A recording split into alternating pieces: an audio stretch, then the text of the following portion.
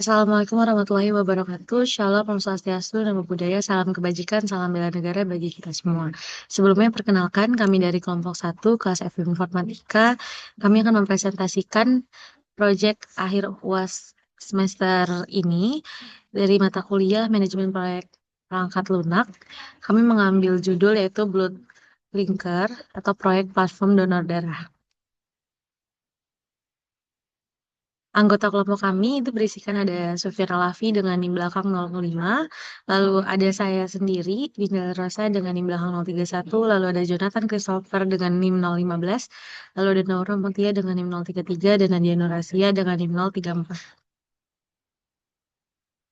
Selanjutnya di sini ada latar belakang masalah daripada proyek kami, yaitu donor darah sudah menjadi salah satu aktivitas vital, namun seringkali terkendala sulitnya mencari pendonor cepat saat darurat. Informasi yang kita dapat kurangnya akses informasi real time dari institusi PMI mengenai stok dan kebutuhan darah terkini. Untuk inefisiensinya, proses pencarian donor darah masih manual dan tidak transparan, menciptakan kesenjangan antara pencari dan pendonor. Next. Di sini ada solusi dan tujuan daripada proyek. Untuk membangun platform digital berbasis web atau mobile yang mempertemukan pencari donor dan pendonor secara real time dan berbasis lokasi. Yang pertama, ada tujuan edukasi, yaitu menyediakan konten edukasi terpercaya untuk masyarakat. Yang kedua, ada tujuan pengguna, yaitu meningkatkan partisipasi melalui gamifikasi atau reward dan badge, dan fitur komunitas. Untuk yang ketiga, ada tujuan fungsionalnya, yaitu menyediakan fitur panic button atau peringatan darurat, pencarian lokasi PMI, dan manajemen jadwal donor. Oke, selanjutnya akan dilanjutkan oleh rekan saya. Baik, terima kasih untuk Dinda dan di sini saya akan melanjutkan untuk ruang lingkup dan juga fitur utama yang akan kami gunakan untuk pengembangan sistem. Yang pertama itu ada fitur registrasi pengguna yang dimana pendaftaran akun ini akan kami usahakan aman dan juga profil donor itu terintegrasi via multi-step form. Selanjutnya ada fitur profil dan juga riwayat yang dimana akan menampilkan data pengguna, pengingat jadwal, riwayat kegiatan, dan juga rekam jejak medis sederhana yang sudah dilakukan oleh pengguna. Selanjutnya ada fitur komunitas dan obrolan.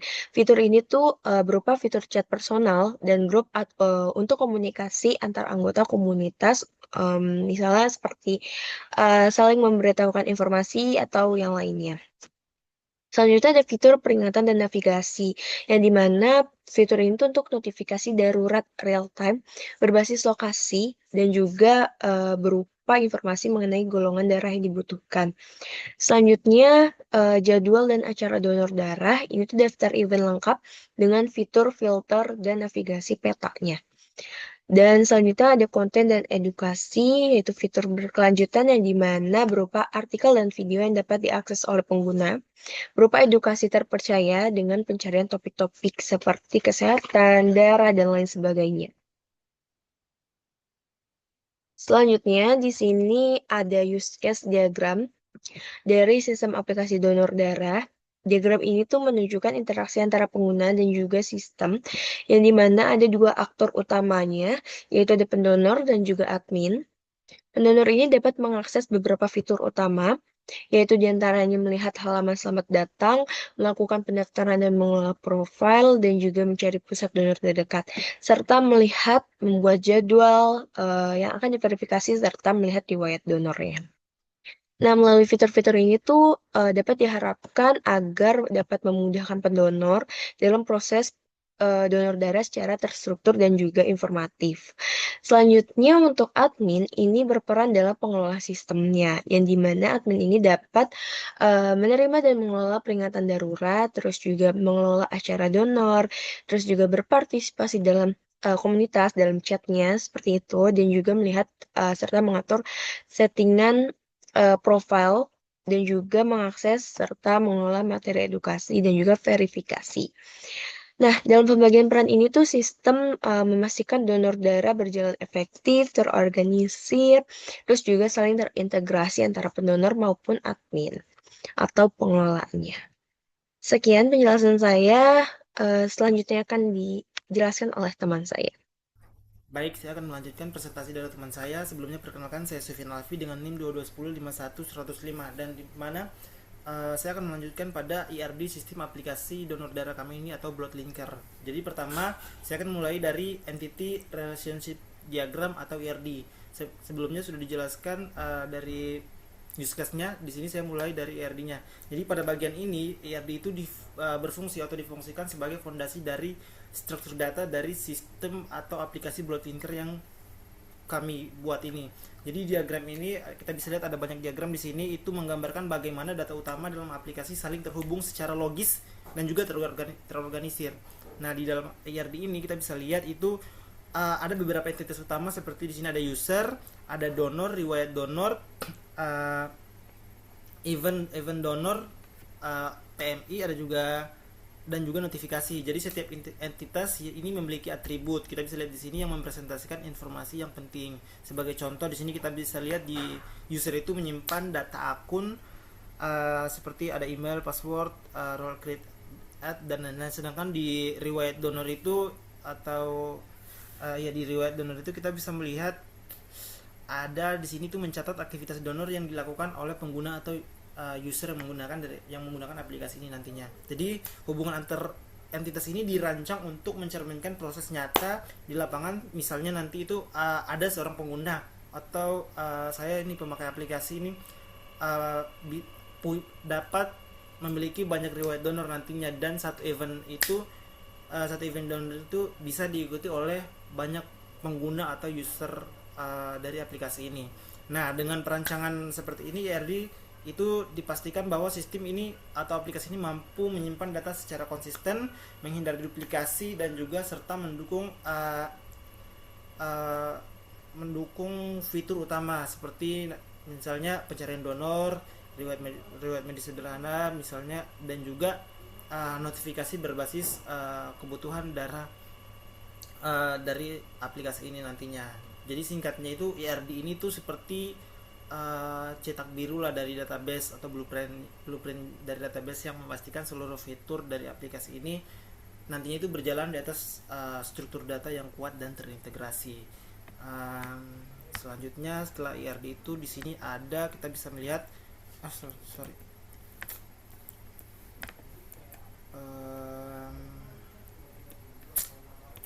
work breakdown structure atau yang biasa kita kenal dengan WBS. Jadi di WBS ini itu menggambarkan bagaimana proyek ini itu kita pecah dulu menjadi beberapa bagian kerja yang lebih kecil atau sederhana tapi tetap terstruktur dan mudah dikelola. Jadi tujuan utama dari WBS yang kami buat ini adalah untuk memastikan bahwa seluruh ruang lingkup proyek tercakup tanpa ada aktivitas yang terlewat.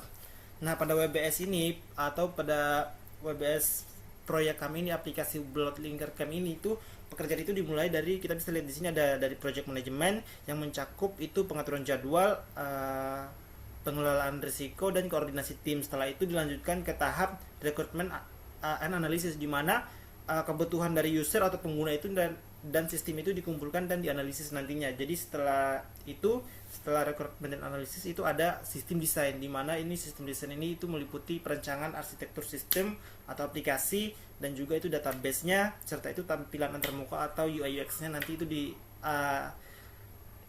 dibuat di sistem desain ini. Setelah desainnya itu matang atau sudah matang banget di proyeknya, masuk ke fase development, yaitu ini fase development ini itu proses pembangunan atau fitur inti dari aplikasi.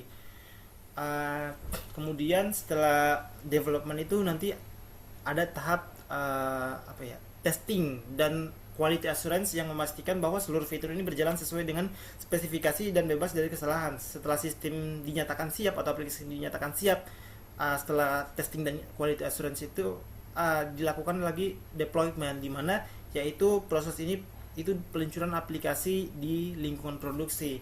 Tahap akhirnya itu nanti itu ada, kita bisa lihat di sini tahap akhirnya itu maintenance dan juga support yang berfokus pada misalnya ada bug nih atau nantinya ada pembaruan sistem serta pengembangan lanjutan. Jadi melalui WBS ini kita buat agar setiap anggota tim kami ini memiliki tanggung jawab yang jelas.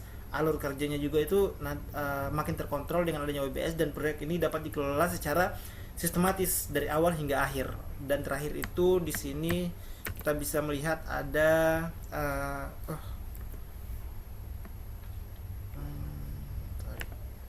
ada Gantt chart. Kita bisa lihat di sini. Jadi terakhir ini ada Gantt chart. Gantt chart ini itu berfungsi sebagai visualisasi timeline atau timeline dari proyek atau aplikasi kami ini, yang menunjukkan kapan setiap aktivitas kami itu dimulai, berapa lama durasinya, dan juga bagaimana keterkaitannya antar tahapan. Jadi di Gantt chart ini aplikasi Bloodlinker kami itu terlihat bahwa kita bisa lihat di sini pekerjaan itu dilakukan secara berurutan dan saling bergantung. Seperti misalnya proyek ini dimulai dari tahap manajemen. Setelah manajemen itu dan analisis kebutuhan data, kemudian itu dilanjutkan ke setelah analisis kebutuhan itu dilanjutkan ke desain sistem. Setelah desainnya selesai, baru proses pengembangan itu dapat dilakukan secara efektif. Tahap selanjutnya itu setelah sudah melewati tahap-tahap yang saya sebutkan sebelumnya, itu ada tahap testing, itu berjalan setelah pengembangan inti selesai, sehingga kualitas sistem ini dapat dipastikan sebelum aplikasinya itu nanti kami luncurkan. Itu setelah deployment, proyek ini tidak langsung berhenti, melainkan dilanjutkan dengan fase maintenance sebagai bentuk komitmen kami terhadap keberlanjutan dari aplikasi kami ini. Dengan Gantt chart ini tim kami atau tim kami yang membangun proyek aplikasi Bloodlinker ini bisa memantau progres proyek, mengantisipasi keterlambatan, serta memastikan setiap tahap selesai tepat waktu dan sesuai rencana. Sebagai penutup dari saya itu mungkin nantinya akan dilanjutkan. Saya tarik kesimpulan sedikit dari bagian saya itu, dimana ya ini bahwa memastikan data terstruktur dan baik. Kalau untuk WBS-nya itu mengatur pembagian kerjanya proyeknya itu supaya itu sistematis, dan juga Gantt chart ini mengontrol waktunya serta alur pengerjaan proyeknya. Jadi ketiga komponen ini yang saya jelaskan pada bagian saya itu saling melengkapi dan menjadi elemen penting dalam keberhasilan kami membangun atau mengembangkan aplikasi platform donor darah Bloodlinker ini. Sekian dari saya, selanjutnya akan dilanjutkan oleh teman saya. Selanjutnya, di sini saya akan melanjutkan presentasi mengenai estimasi biaya, di mana estimasi biaya proyek ini ditampilkan dalam bentuk tabel BOQ atau Bill of Quantity yang merinci setiap peran dan aktivitas proyek beserta durasi dan biaya yang dibutuhkan. Nah, perhitungan ini tuh dilakukan menggunakan metode bottom up estimation, di mana biaya dihitung dari level aktivitas terkecil, kemudian dijumlahkan menjadi total biaya proyek. Dan tabel BOQ ini juga memudahkan dalam melihat alokasi biaya sumber daya manusia, biaya pendukung, serta total anggaran secara transparan dan terukur, sehingga tabel ini dapat digunakan sebagai dasar pengendalian dan evaluasi biaya proyek. Selanjutnya di sini ada RACI chart, di mana di sini kami menggunakan tabel juga, dan di sini ada kesimpulan dari tabel tersebut, yaitu berdasarkan RACI chart, pembagian tugas dalam proyek platform donor darah sudah sangat terstruktur, di mana setiap anggota tim memiliki peran yang jelas dalam setiap aktivitas, seperti project manager menjadi pihak yang paling bertanggung jawab akhir dengan A dan mengorganisasikan jalanan proyek. Sistem analis banyaknya terlihat sebagai pelaksana, R, dan serta konsultan yang C, sedangkan back-end dan front-end developer fokus pada implementasi teknis sebagai pihak yang responsibel. UI UX designer juga berperan dalam desain tampilan serta memberikan masukan pada beberapa aktivitas. Nah, dengan pembagian peran yang jelas ini, proyek dapat berjalan lebih efisien, meminimalkan tumpang tindih, dan meningkatkan efektivitas koordinasi tim secara keseluruhan. Selanjutnya akan dijelaskan oleh teman saya.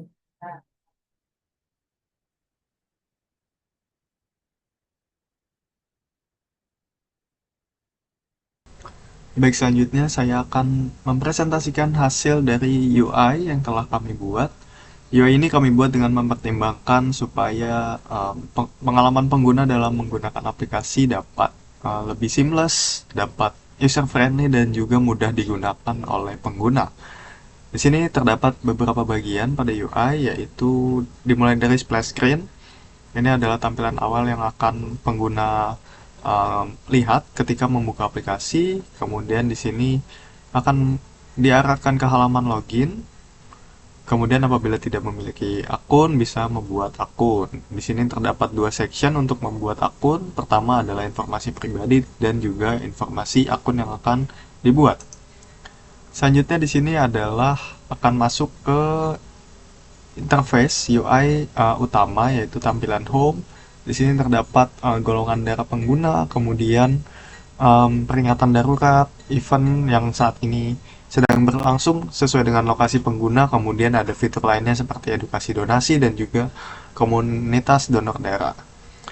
Untuk tampilan detail peringatan darurat adalah sebagai berikut. Di sini terdapat list untuk rumah sakit yang sedang menyelenggarakan donor darah. Kemudian untuk kegiatan donor darah di sini UI-nya akan menampilkan rumah sakit dan juga tombol untuk mendaftar donor. Ketika tombol yang diklik akan masuk ke halaman lebih detail lagi, jadwalnya, kemudian juga ada syaratnya, dan pengguna dapat melakukan pengajuan pendaftaran. Selanjutnya di sini pengguna akan diarahkan ke lokasi donor terdekat ketika menekan tombol donor. Kemudian di sini ketika user menekan tombol riwayat, di sini akan menampilkan histori dari donor darah pengguna.